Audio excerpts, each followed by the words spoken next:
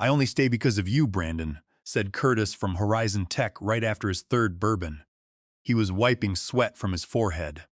This time it was because their chief executive officer had botched another major software rollout, and I had spent the last 72 hours straight babysitting the account, so it did not implode into a flaming disaster of legal threats and embarrassing press releases.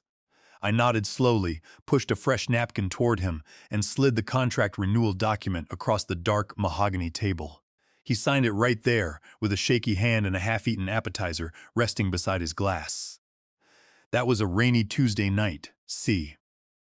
When you are a 54-year-old senior executive who remembers your client's daughter's college graduation date, their wife's medical treatment milestone, and the exact breed of their family dog, you build something far more durable than corporate quarterly reviews and enthusiastic messaging emojis.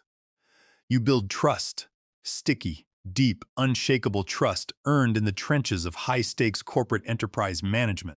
The kind of trust that makes a stressed corporate vice president text you at 1:13 in the morning on a Sunday from a hotel lobby after a software presentation fails in front of their board. And I always picked up the phone. I was the person they called when the cloud infrastructure lagged, when the assigned project manager ghosted, or when corporate executives promised impossible deliverables and handed down a completely useless presentation deck. It did not matter if it was midnight, a weekend, or Christmas Eve. I took the call, grabbed my jacket, and solved the crisis. I never complained about unlogged overtime, and I never demanded applause. In the world of enterprise cloud architecture, keeping an $80 million client calm and satisfied is worth more than any corporate bonus check. The new executive leadership at Apex Dynamics simply did not comprehend that reality. They believed client relationship management meant sending automated holiday email blasts and posting sterile corporate updates on professional networking sites. They treated deep personal trust as a set of checkboxes on a dashboard metrics report. Because my work was something they could not quantify with a simple software algorithm, they began staring at me during weekly management meetings as if I were an obsolete impediment to their progress, not that I let it bother me initially. I had spent 8 solid years at Apex Dynamics. I arrived as a seasoned client director and eventually earned the title of principal senior client executive after saving a critical $145 million enterprise contract during my second year. I achieved that by boarding a flight to Phoenix on my own dollar over a holiday weekend and restructuring a failing data migration framework that had gone so far off course it threatened to trigger a catastrophic breach of contract suit.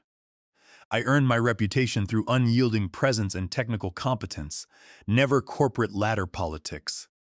However, everything shifted about a year ago when the founding executive director retired due to exhaustion. His replacement was Gavin Thornton, a 38-year-old operational efficiency strategist, fresh out of a private equity investment firm.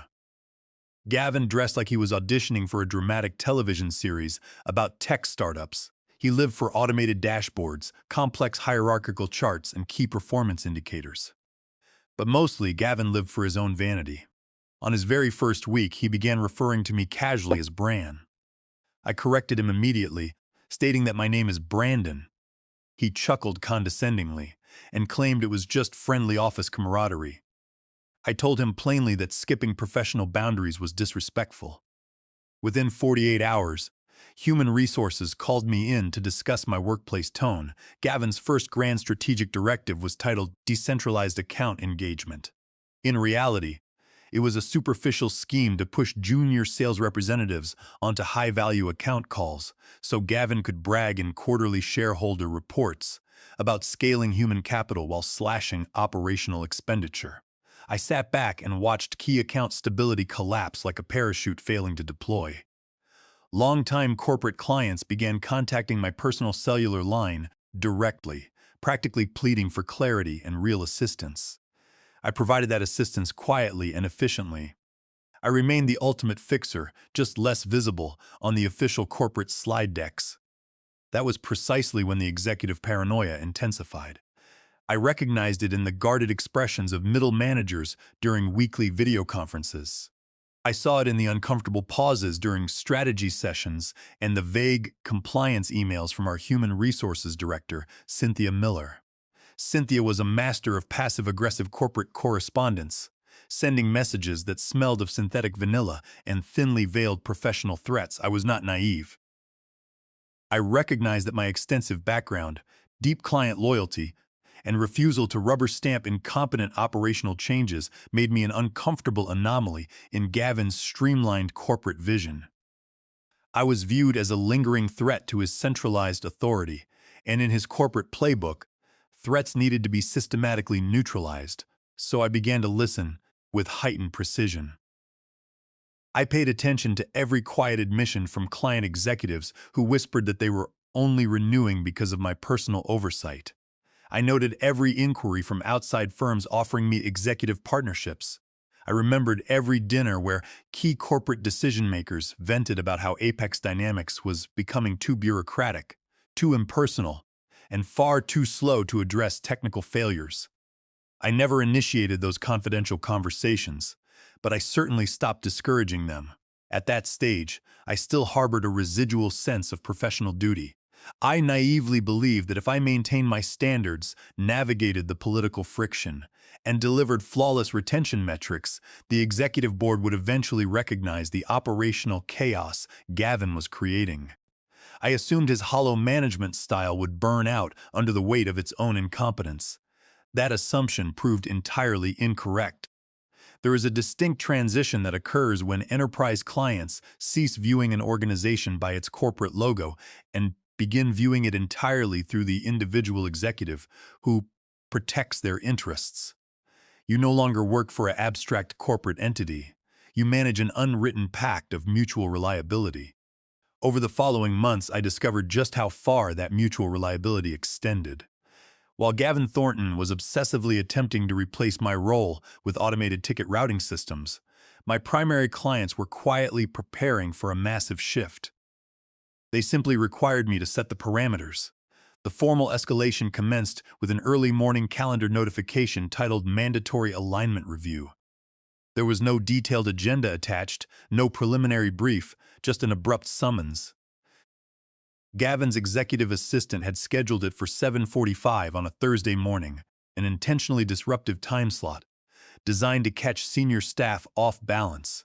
When I entered the main floor conference room, Gavin Thornton was already seated at the head of the glass table, holding an iced coffee like a trophy. Cynthia Miller sat beside him with a leather binder open, wearing her signature, sympathetic expression that resembled someone delivering bad news with rehearsed politeness. Gavin opened the meeting by projecting a multi-slide presentation onto the wall screen. Slide 1 was labeled Client Ownership Framework and Scalable Touchpoints.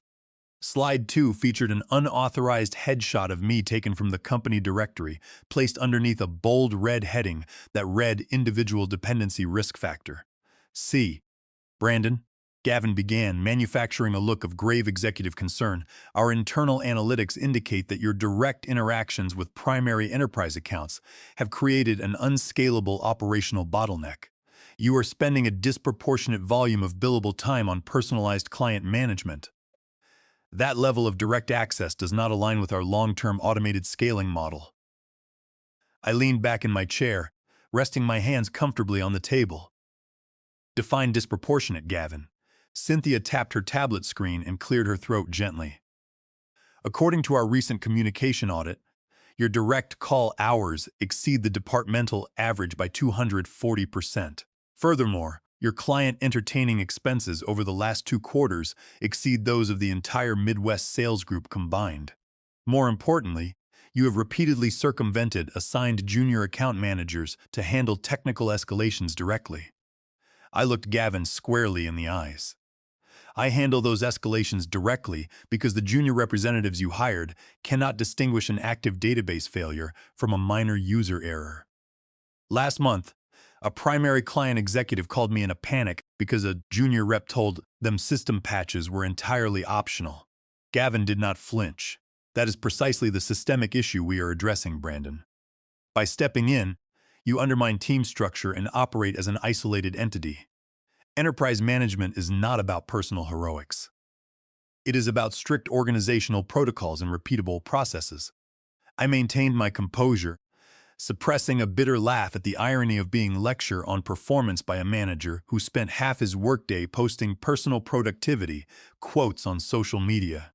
Human Resources formally recommended that I step back immediately from direct client communication, transfer all primary relationships to assigned account groups, and redirect my efforts toward internal documentation enablement.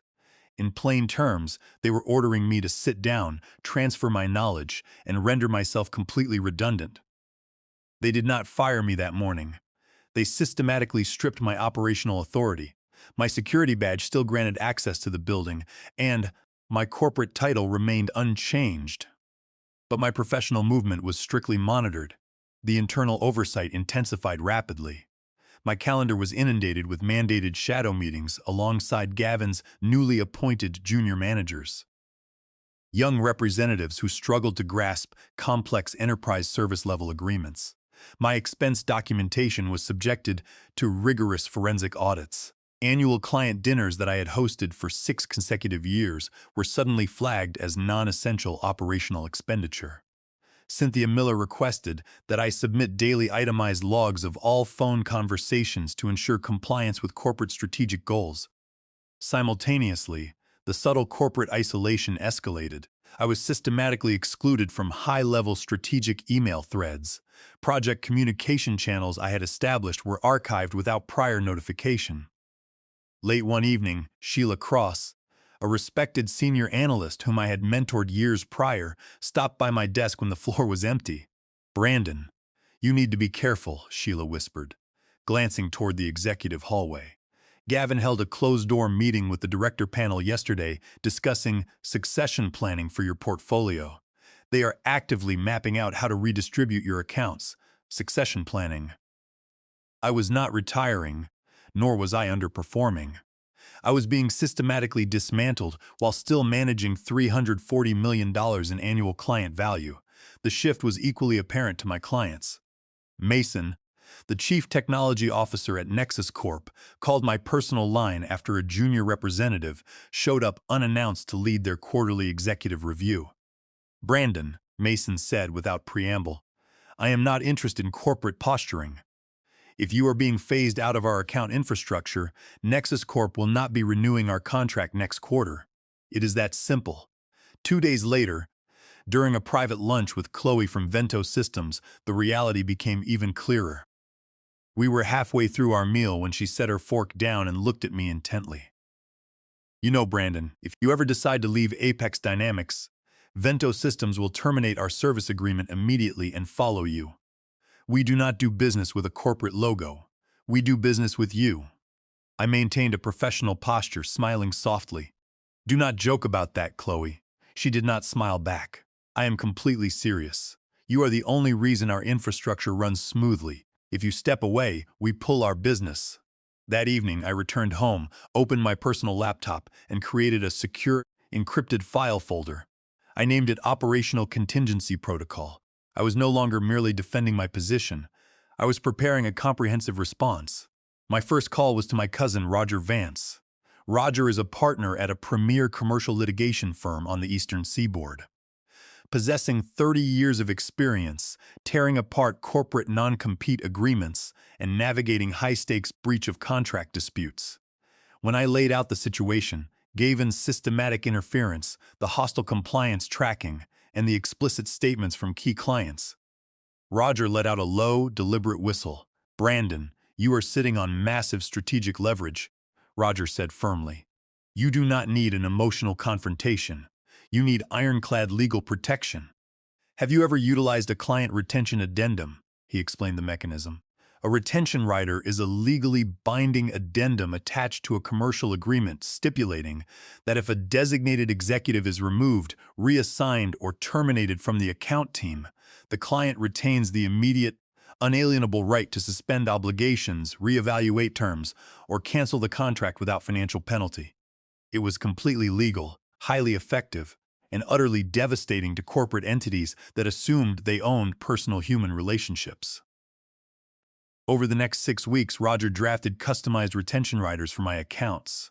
The phrasing was precise, professional, and legally bulletproof. Under Title 17 United States Code, Section 106, I retained full personal copyright ownership over all independent client management methodologies and strategic advisory materials created entirely outside my corporate employment scope. I approached my long-standing client contacts discreetly. I did not use company equipment, email servers, or internal channels. I presented the writers not as a weapon against Apex Dynamics, but as a protective instrument for their own operational security. The response was overwhelming. Mason from Nexus Corp signed his addendum within 24 hours. Chloe from Vento Systems executed hers the same day. Maya from Vantage Systems added a personal note stating that her firm trusted my leadership implicitly over Apex Dynamics' corporate promises. By week 4, I had 12 executed addendums stored safely in my encrypted backup. By week 6, 25 major corporate accounts had quietly signed the retention riders. Combined, those accounts represented $340 million in annual recurring revenue, nearly half of Apex Dynamics' total enterprise portfolio. Gavin Thornton was busy building multicolored organizational charts, entirely unaware that the floorboards beneath his corporate empire had been completely unbolted. The secondary summons arrived in my inbox at 4:02 on a Monday afternoon. The email subject line read Behavioral Alignment Review and Compliance Verification. It was authored by Cynthia Miller, crafted with her typical array of euphemistic corporate phrasing. The body of the message invited me to participate in a constructive dialogue regarding evolving executive role expectations. It was standard corporate terminology for an impending disciplinary intervention. When I entered conference room D, the environmental temperature had been noticeably elevated, an old psychological tactic intended to induce physical discomfort during high-pressure meetings. Gavin Thornton was seated at the far end of the room, rhythmically tapping a heavy pen against a notebook. Cynthia Miller sat alongside him, her digital tablet prepared to record every spoken word. "Thank you for joining us, Brandon," Cynthia began, adopting her rehearsed tone of artificial empathy. "We want to conduct a transparent review regarding persistent operational patterns." Gavin leaned forward, placing his elbows on the table. "We remain deeply concerned about your refusal to step back from direct client interaction, Brandon. We have identified ongoing off-hours communications and unsanctioned personal consulting with key account executives. In fact, a procurement director at Vantage Systems explicitly referred to you as indispensable in a recent email thread." I leaned back, keeping my posture entirely relaxed. Indispensable is generally considered a positive attribute in client management. Gavin's jaw tightened. In our organizational framework, it represents an unmanaged single point of failure. We build scalable institutional processes, not individual dependencies. Cynthia leaned in slightly, lowering her voice. "Our internal review indicates that your continued direct involvement generates confusion regarding account leadership. We are formally instructing you to cease all independent outreach immediately. You will no longer attend client dinners. You will not respond to after-hours technical calls, and all communication must be routed strictly through assigned junior account teams." I stared at both of them for a long moment, allowing the silence in the room to stretch until Gavin shifted uncomfortably in his chair. "Understood," I replied calmly, nodding once. "I will align fully with your directive." Gavin looked surprised by my immediate acquiescence, offering a smug, satisfied smile. "Excellent. We knew you would see the strategic wisdom in this transition." What Gavin failed to grasp was that my compliance was not submission, it was execution. Every restriction they placed upon my daily routine merely reinforced the validity of the retention riders my clients had signed. By ordering me to abandon direct client support, Apex Dynamics was actively triggering the exact operational risk conditions my clients had sought to protect themselves against. Over the next 2 weeks, I maintained absolute compliance with their directives. When clients called my corporate phone, I politely redirected them to Gavin's designated junior representatives. When urgent technical issues arose after hours, I allowed them to flow through the standard automated ticketing queue. Predictably, the results were disastrous. Enterprise systems experienced unaddressed downtime. Support tickets languished in unmonitored queues for days. Junior account reps provided contradictory information to frustrated corporate vice presidents. Behind the scenes, my clients were furious. Mason from Nexus Corp sent an encrypted message to my private line.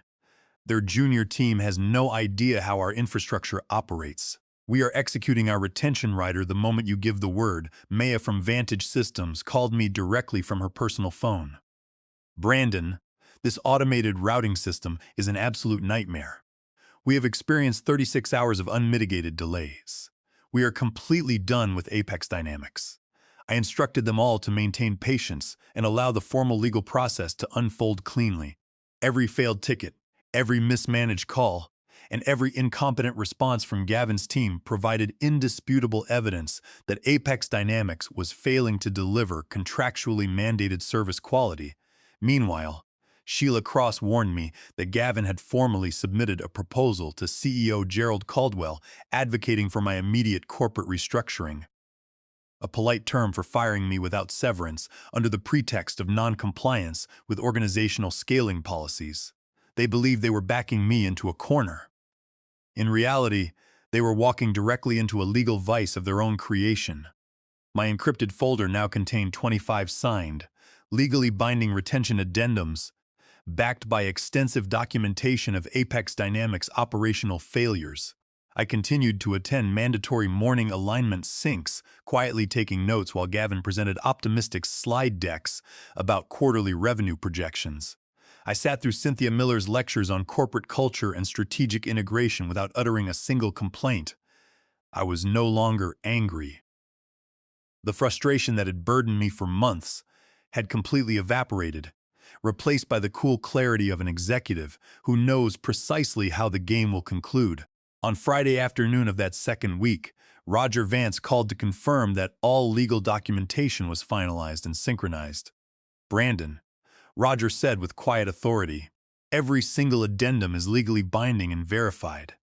The moment Apex Dynamics terminates your employment or alters your contractual standing, your clients have the absolute right to freeze all pending payments, suspend current deliverables, and terminate their service agreements immediately without penalty.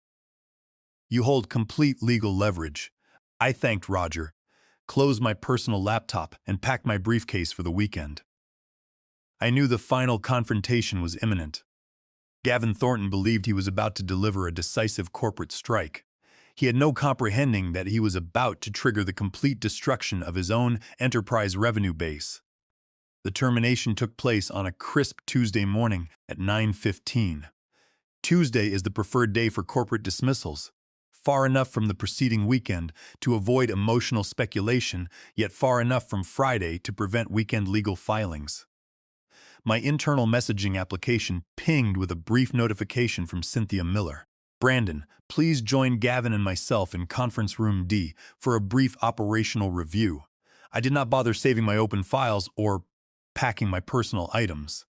I simply closed my corporate laptop, picked up my personal smartphone, and walked down the quiet carpeted hallway toward the executive wing. When I opened the heavy glass door of Conference Room D, the scene was entirely staged. Cynthia Miller sat at the center of the table with a thick severance folder open before her, her face fixed in an expression of carefully rehearsed corporate solemnity.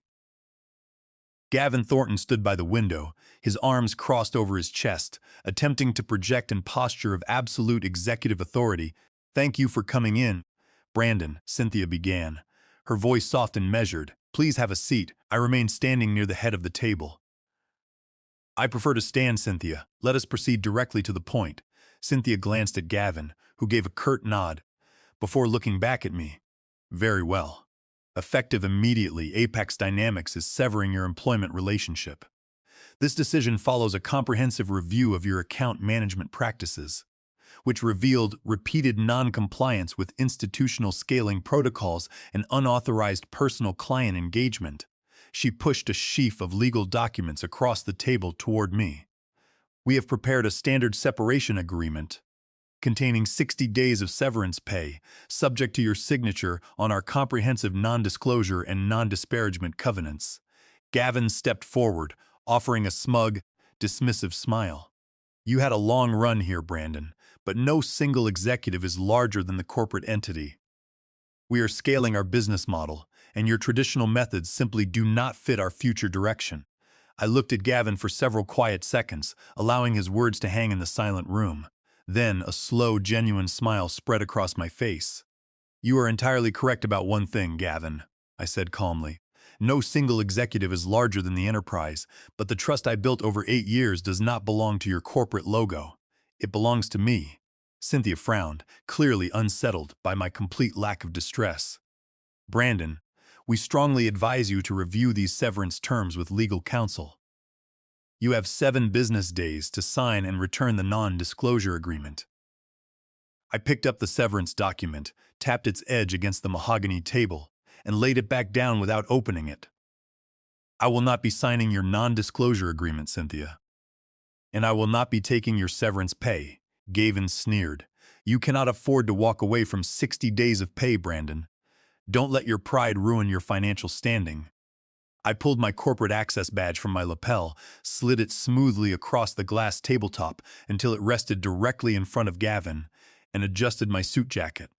"I built the strongest client relationships this company ever possessed," I said quietly. "And 20 minutes ago, you handed every single one of them back to me."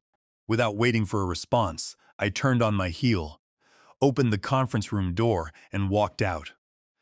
I passed several colleagues in the hallway who quickly looked away, sensing the tension. I walked past the reception desk, stepped through the heavy glass front doors of Apex Dynamics, and emerged into the bright morning sunlight. I got into my car, started the engine, and sat quietly for 3 slow breaths. I felt no panic, no regret, and no anger. I pulled out my personal smartphone and sent a single brief message to Roger Vance. "The termination is executed. Initiate protocol." At 7:11 that evening, from the comfort of my home study, I watched the legal dominoes begin to fall. Roger Vance's firm formally issued 25 simultaneous legal notifications to Apex Dynamics Executive Board and General Counsel on behalf of our client coalition. Each notification contained an executed copy of the client retention addendum, invoking Clause 4B. The terms were explicit. Due to the involuntary termination of Brandon Vance from primary account oversight, the client immediately suspended all pending contractual obligations, froze quarterly recurring billing, and initiated formal contract re-evaluation proceedings. By 7:18 p.m., formal notices from Nexus Corp, Vento Systems, Horizon Tech, Vantage Systems, and Veriton had landed directly in the inbox of Apex Dynamics Chief Executive Officer, Gerald Caldwell, within 90 minutes. 25 premier enterprise accounts, representing $340 million in annual contract value, nearly 50% of Apex Dynamics' total annual revenue, had formally paused operations and suspended payments. At 8:46 p.m., my personal phone began buzzing continuously. Gavin Thornton's name flashed across the screen. I did not answer. He called 3 consecutive times, followed immediately by 2 calls from Cynthia Miller. Finally, a text message from Gavin appeared on my screen. "Brandon, we need to meet immediately to resolve this misunderstanding. Please call me back." I placed my phone face down on the desk, poured myself 2 fingers of aged bourbon, and walked out onto my back patio to watch the evening stars. The corporate machine that had sought to erase my value was about to discover the absolute cost of ignoring human trust. On Wednesday morning at 7:02, an emergency session of Apex Dynamics Board of Directors convened in the primary 9th floor boardroom. The meeting was summoned at midnight by CEO Gerald Caldwell following an urgent alert from internal financial compliance. The mood inside the boardroom was catastrophic. Gerald Caldwell, a stern corporate veteran who valued operational stability above all else, sat at the head of the table with a stack of formal legal notices spread before him. His face was pale with restrained fury. "Will someone explain to me," Caldwell demanded, his voice low and dangerous, "how $340 million in enterprise recurring revenue was legally frozen within 12 hours of a single staff termination?" Silence enveloped the room. Sitting near the end of the table, Gavin Thornton looked visibly shaken, his usual confident posture completely shattered. Cynthia Miller sat beside him, nervously tapping her pen against an empty notepad. Miriam Frost, the firm's senior legal counsel, stood near the projection screen. She picked up a thick legal folder and addressed the board. Mr. Caldwell, our preliminary legal review confirms that all 25 client retention addendums are entirely valid and legally enforceable. Each document was executed independently by client executive officers. They do not constitute a breach of trade secrets, nor do they violate non-compete provisions. Under established commercial contract law, these clients exercised an explicit contractual right to suspend obligations upon the departure of Brandon Vance. Caldwell turned his piercing gaze directly upon Gavin Thornton. You assured this board last month that account relationships were fully institutionalized and that Brandon Vance was an unscalable operational liability. Gavin stammered, adjusting his tie frantically. Mr. Caldwell, this was a coordinated, bad faith maneuver by Brandon. He manipulated our clients into signing these addendums behind leadership's back. It is a clear violation of corporate duty, Eleanor Grant, the chief financial officer, interjected sharply.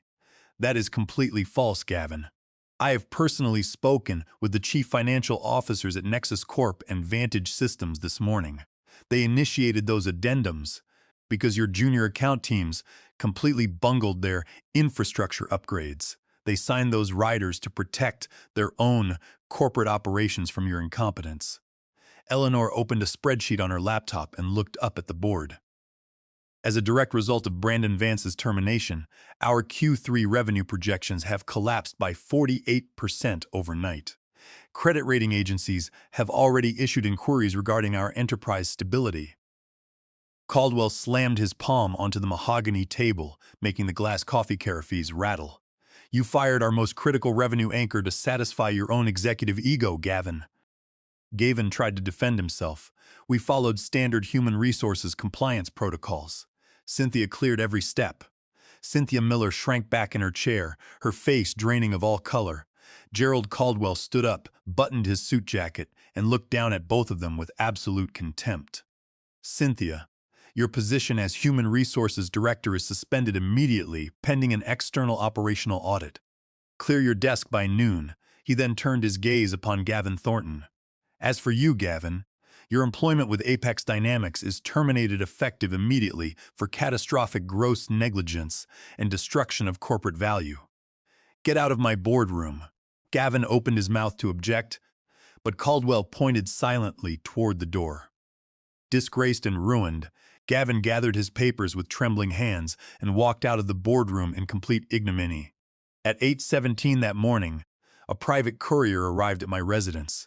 He handed me a sealed envelope containing my final accrued compensation check, calculated to the last cent, alongside a formal, unsigned letter of apology from Gerald Caldwell's office, expressing deep regret over recent organizational misunderstandings. I set the letter aside without a word. My personal smartphone rang moments later. It was Roger Vance. Brandon, Roger said with a triumphant tone, the paperwork for Vance Strategic Partnerships, LLC, has been officially approved by the State Corporate Registry. All 25 enterprise clients have already executed new master service agreements directly with your new firm. I walked out onto my back patio, holding a warm cup of coffee, feeling the gentle morning breeze. Within 24 hours, without spending a single dollar on marketing or executive headhunters, I had established a premier boutique consulting enterprise backed by $340 million in secured enterprise contracts. Apex Dynamics had attempted to reduce 8 years of dedicated human relationship building into a clinical set of corporate dashboard metrics. They believed that personal trust could be easily discarded and replaced by automated algorithms.